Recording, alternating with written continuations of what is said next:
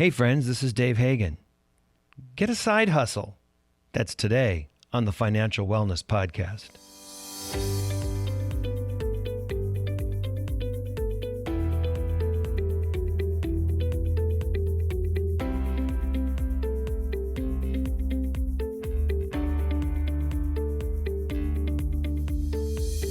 Welcome to the Financial Wellness Podcast, Dave's weekly message to keep you on your path to the financial success.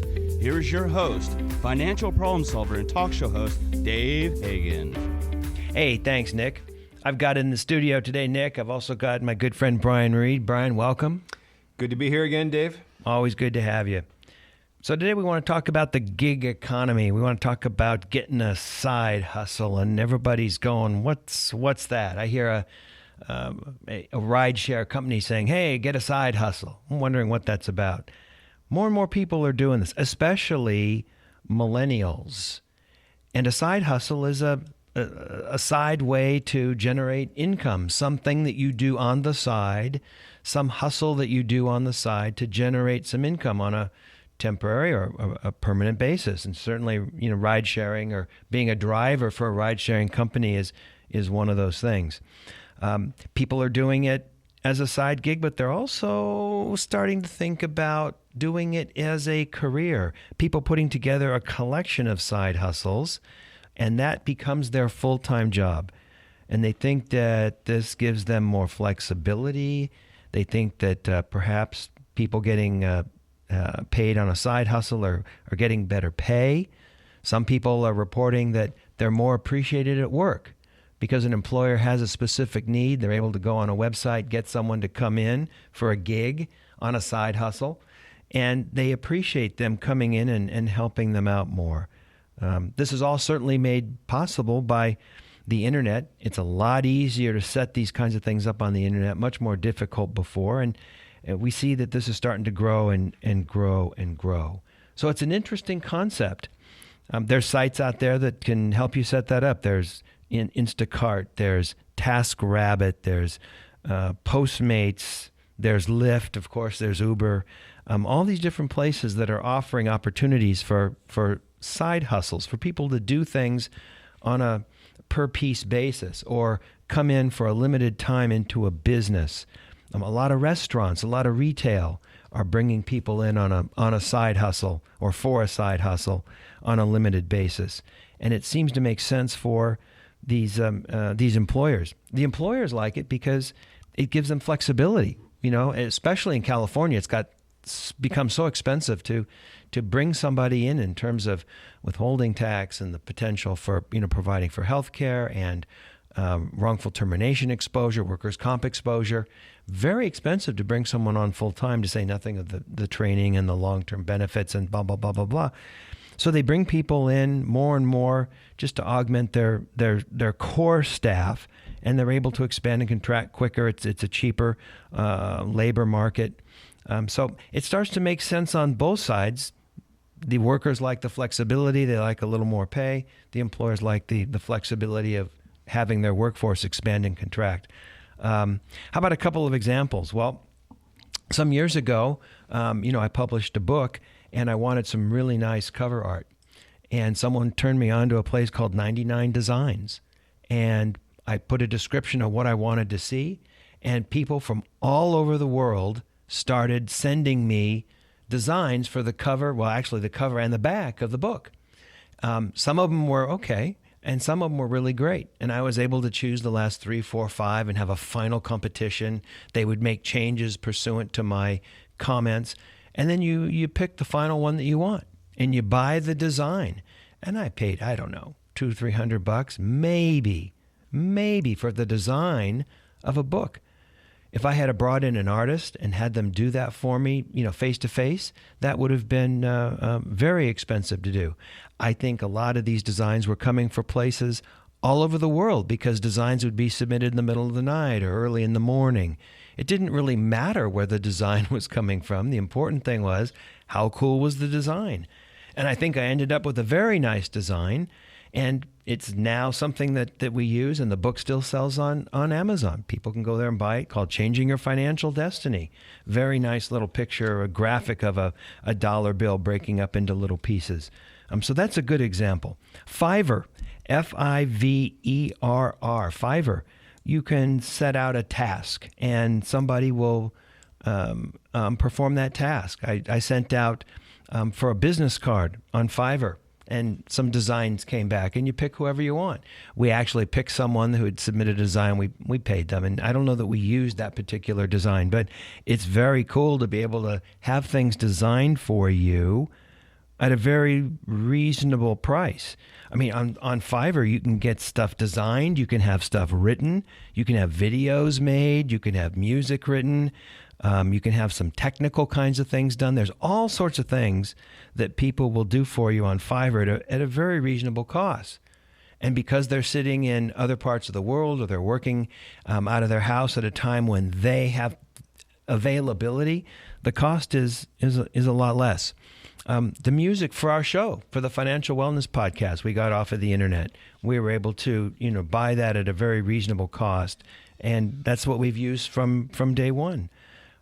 Some years ago, I had a website designed. I was using a local company, and their web designer would submit her designs in the middle of the night. I noticed that these emails from her would come in the middle of the night, and I asked him finally. I said, is the designer someone in a different time zone? And the answer was, yeah. The designer was in Southeast Asia. Someone sitting in their house doing their thing, making money, making it work. And we ended up with what I thought was a very reasonable design. So there's all sorts of ways that people can get jobs or short-term gigs, or you can get things designed over the internet. It's pretty amazing. I guess the most basic side hustle, if you will, is Uber and Lyft. It's a way for people to turn time into money. I'll give you an example. I had a relative who just got out of school, just graduated from college, and moved back home with mom and dad while he was starting his first job. And he was working full-time during the day for a tech company, really enjoying it. But then he'd come home, and the evenings were, playing video games in his room or watching TV with mom and dad. Now, the rent was great, and it was good to see mom and dad, but it was, living with mom and dad and get a little slow, get a little boring. So he decided, why don't I just convert some of this time that I'd otherwise be sitting in my room to money? Signed up for one of the ride-sharing services, Uber or Lyft or what have you, and drove around after work. He'd work a couple evenings a week. He would make some money. Of course, he'd put some miles on his car, but he'd make some extra money that he was throwing 100% into his savings. This was a dedicated and thoughtful young man, and he would meet people, and he'd have an opportunity to talk and listen to people. So, this was an opportunity for him to meet several objectives, making some money, meeting people, getting out of the house, not getting under on his parents' nerves, or his parents getting on his nerves. It worked out. So what a great opportunity. What a great opportunity. It's an alternative way, I think, to think about, living, and it's an alternative way to think about your career. I mean, when I was coming up, the model was, hey, get out of school, pick a company, give them 30 years, retire with a nice package of benefits. Hey, that hardly ever happens anymore. Most people have 2.5 careers in their life now. They work for a couple different companies, or they'll work for a couple companies and do their own thing for a while. So it's a different kind of way of looking at how you support yourself, what your career might be. And apparently there's a lot of people out there that are saying, look, I want 2 or 3 or 4 different gigs, and I can turn them on or off when I want. I can go away when I want. I can make extra money when I want. There's a lot of flexibility that goes along with that. So a different way to think about how we support ourselves. That's getting a side hustle and the gig economy. This is Dave Hagan, and you've been listening to the Financial Wellness Podcast. You've been listening to the Financial Wellness Podcast, Dave's weekly message to keep you on the road to financial success. If you'd like Dave to answer any of your questions, email them to dave@davidrhagan.com. If you like the podcast, you can subscribe to the podcast by hitting the subscribe button in your app. You will automatically get a reminder each time Dave uploads a new episode. Or you can use the app to share this episode with your friends and family. Let's listen in now as Dave answers some emails. All right, so before we start with emails, I want to read an email that we got. It doesn't have a question, but it's a listener who's got some comments. So here's this email. Hi, David. Thank you so much for turning us onto Imperfect Produce. I got it, 3 of my friends got it, and my mom now has it as well. Studies show that people always get 5 to 6 of the same vegetables and miss out on getting other vitamins and minerals from different vegetables and fruits. This is a great way to add new variety and a new source of vitamins to our bodies. I think this really falls into the objectives of the Financial Wellness Podcast. You're getting quality produce at 30 to 50% off, which is great for your pocketbook. If you add all the money that you save in the year, that's a good bit of money to save. If you're still getting all your produce from the market, it's kind of like ordering the black credit card that has the annual fee. Yet you're getting all the benefits.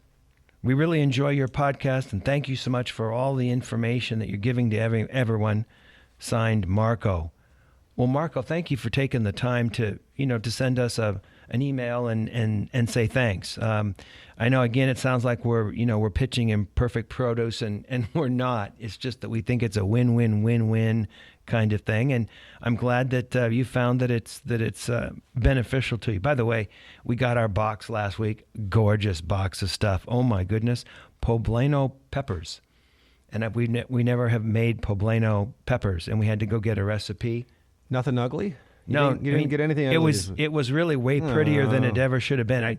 Maybe they should send me out some ugly stuff so I'll feel like I'm, getting the full impact. But no, it was gorgeous. In fact, I almost took a picture and sent it to you, Brian. It was gorgeous. Maybe do. Well, you've sent me pictures of the other stuff, so I was like, "Where's my picture?" That's right. I know you like that picture of that potato that looked like the back of somebody's head.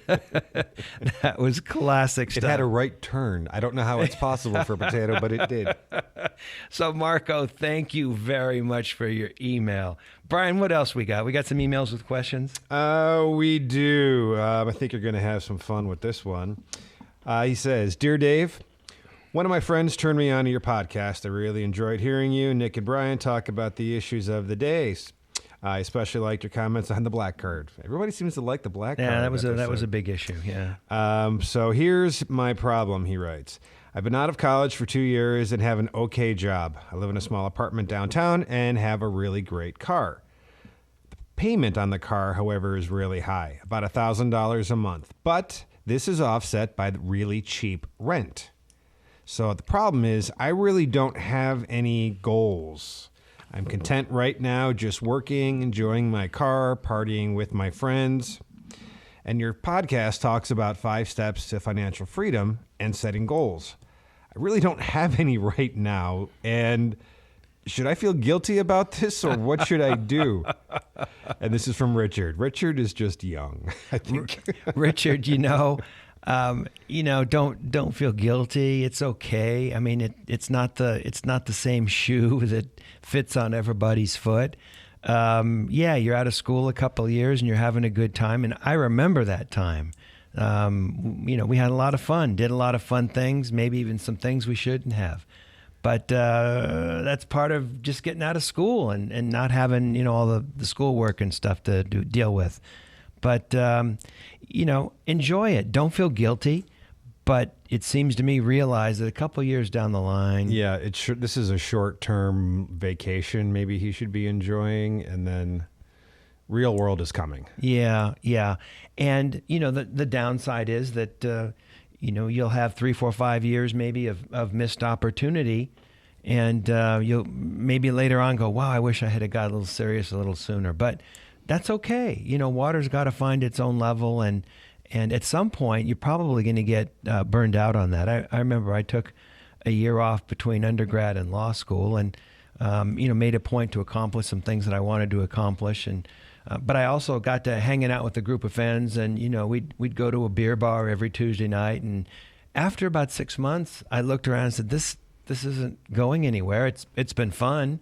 The beer's been tasty, But it's not going anywhere, and I really got to get back and make sure that I'm signed up for law school and take the next step, because I really wanted to do something or to achieve something. But don't feel bad about it. Don't feel guilty about it. Enjoy it. Don't get into any trouble. But realize that a couple of years down the line, if you're thinking correctly and you're looking at the big picture of your life, you're gonna want to step back and set some targets out there for you to achieve. Goals sound so trite, but targets, I like targets. It's like a budget. No one wants to be on a budget, but a spending plan. Ooh, that sounds better. I'd much rather be on a spending plan than a budget. But that time will come. Some people do it sooner than later. Some people come out of high school and they got their whole life planned out. That wasn't me. But you're going to want to come up with something at some point, because the last thing you want to do is, be at the end of your life and go, wow, I wish I had got a little more serious sooner. So anyway. All right, Dave, we got another one here. One more. This is from John, and he writes, Dave, myself and 4 friends really want to get a boat so that we can go out on the water on the weekends. Obviously, we're going to have to finance the purchase of this boat. Any thoughts on how to do this? Ooh. Oh boy, no. What do they say about the best 2 days of a boat ownership is what, the day you get it and the day you sell it? Yeah, so true. But you know what? It's a boat.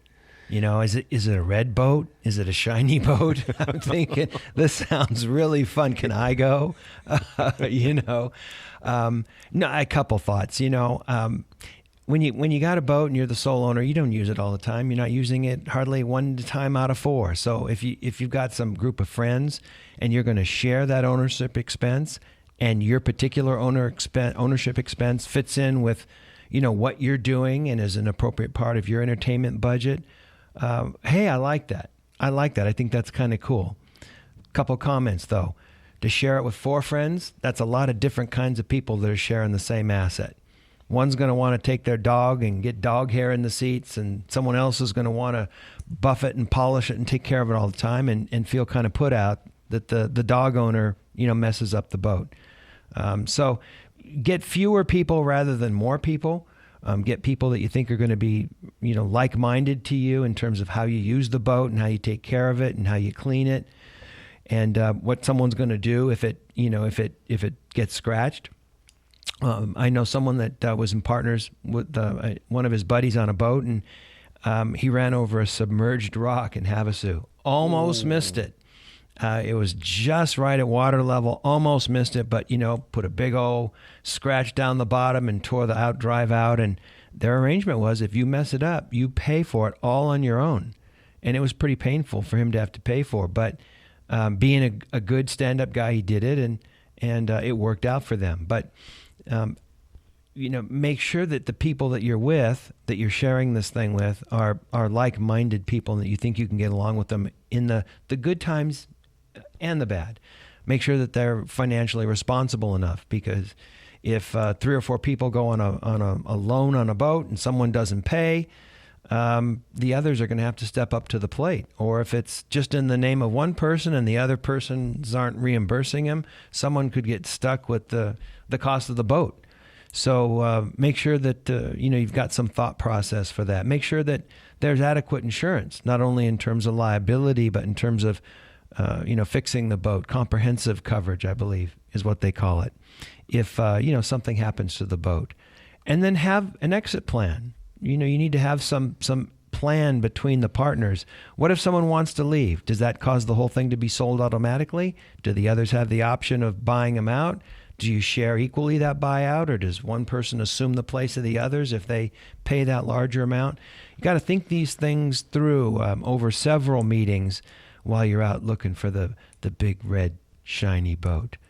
Which, of course, would be named the black card. The black card. I like it. But remember, better than the black card was the gold card. $1,000 a year membership fee. Or I don't know, is it titanium? I don't know. You had talked about the Centurion card, remember? And we couldn't find out what that was. That's right. I was going to go do some research on the dark web. I completely forgot. Yeah. Brian, Nick sent me an email a couple of days later. He says, I think it's $7,500 a year for the Centurion card. And it's like, does it have a motor? Does it fly? What is it? What does it do? Is it going to give me a massage? Yeah. What's going on with Yeah. Makes you wonder. But there's people that do that. Surprising to me, but it takes a village. What are you going to say? I don't know. All right, that's all we have time for today. This is Dave Hagan, and you've been listening to the Financial Wellness Podcast. You've been listening to the Financial Wellness Podcast, Dave's weekly message to keep you on the road to financial success. If you'd like Dave to answer any of your questions, email them to dave@davidrhagan.com. Until next week, this is your announcer, Nick Appel, wishing you every financial success.